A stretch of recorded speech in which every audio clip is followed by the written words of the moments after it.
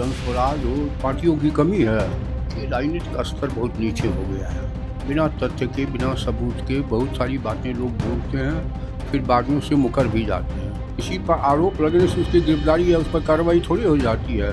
ऐसे लोग तो देश में पहली बार हुआ जो कंसल्टेंसी कर करके राजनीति में आता है, करोड़ों रुपया लेता है। इसके पहले तो कोई ये घटना हुई नहीं। नमस्कार, मेरा नाम ऋतिक ठाकुर और आप इस वक्त द हिंदी टॉप देख रहे हैं।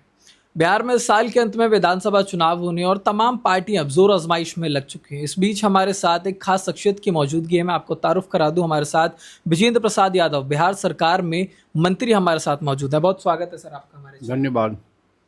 तो सर, इस बार जो चुनाव बिहार में हो रहे हैं उसको लेकर सबसे पहले आपसे ये सवाल रहेगा कि इस बार आपकी पार्टी जो है या फिर एनडीए की अगर बात करें तो किन खास मुद्दों को लेकर आप लोग इस बार मैदान में उतर रहे हैं? देखिए, शुरुआती दौर से ही हम लोगों ने नीतीश कुमार के नेतृत्व में जो काम किया है, बिहार के विकास के हर क्षेत्र में विकास, चाहे स्वास्थ्य हो, शिक्षा हो, रोजगार हो,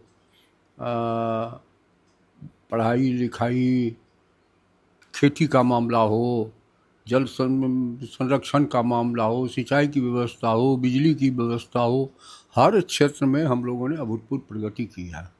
उसी के आधार पर इस बार हम लोग चुनाव लड़ेंगे कि अगले 5 साल में भी हम लोगों ने वादा किया कि 1 करोड़ लोगों को रोजगार देंगे और भी लोगों को रोजी देंगे, रोटी देंगे, अन्य भी विकास के काम करेंगे, क्योंकि विकास लगातार की प्रक्रिया है। ठीक है, लेकिन सर ऐसे में इस बार अगर बात की जाए राजनीति की, पहले हम देखते थे कि जेडीयू, बीजेपी, कांग्रेस और आरजेडी जो यहाँ की मुख्य पार्टियां हुआ करती थी बिहार में, लेकिन इस बार एक नई पार्टी की एंट्री हो चुकी है, जनसुराज। तो इसको लेकर क्या लगता है, कोई नया चैलेंज पॉलिटिक्स में इस बार बिहार के लिए होने वाला है? कोई चैलेंज नहीं होगा। जन स्वराज हो, पार्टियों की कमी है और 10-5 पार्टियां हैं और नई पार्टी भी बनी है, तो पार्टी चलते रहती है। लेकिन मुख्य रूप से जो महत्वपूर्ण पार्टियां हैं, बीजेपी, जनता दल यूनाइटेड और आरजेडी, इन्हीं के बीच में आपस में गठबंधन में कंटेस्ट होगा। अच्छा, तो लेकिन सर ये भी एक बहुत मुख्य हो जाता है सवाल, क्योंकि बतौर आप लंबे समय से राजनीति में भी रहे हैं, तमाम मंत्रालय भी आपने संभाले हैं, लेकिन इस बार कुछ जो आरोप प्रत्यारोप हैं वो भी बहुत ज़्यादा चल रहे हैं, क्योंकि बीजेपी की तरफ से भी कई आरोप प्रशांत किशोर पर लगाए गए हैं कि फंडिंग कहाँ से आती है, और प्रशांत किशोर भी तमाम आरोप लगा रहे हैं। इन सब को आप कैसे देख रहे हैं? देखिए, राजनीतिक स्तर बहुत नीचे हो गया है। बिना तथ्य के, बिना सबूत के बहुत सारी बातें लोग बोलते हैं, फिर बाद में उससे मुकर भी जाते हैं।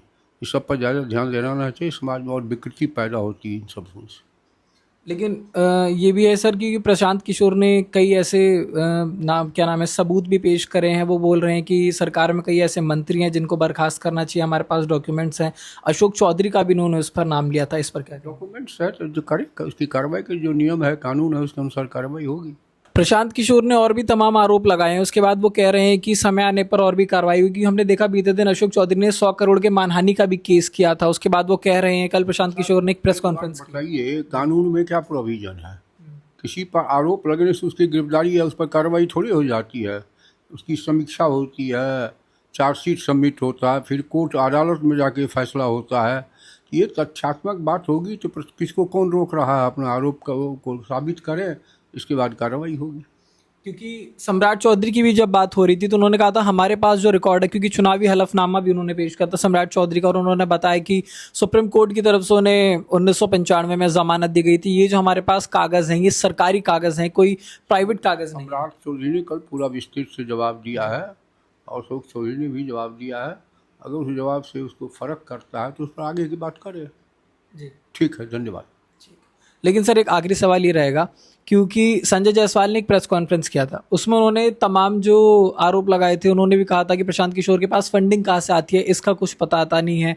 14 करोड़ की फंडिंग आती है, उसको लेकर के कल प्रशांत किशोर ने कहा है कि हम कंसल्टेंसी की फीस लेते हैं। 241 करोड़ का उन्होंने पूरा ब्यौरा पेश किया। इस पर क्या कहेंगे? तो ऐसे लोग तो देश में पहली बार हुआ जो कंसल्टेंसी कर करके राजनीति में आता है, करोड़ों रुपया लेता है।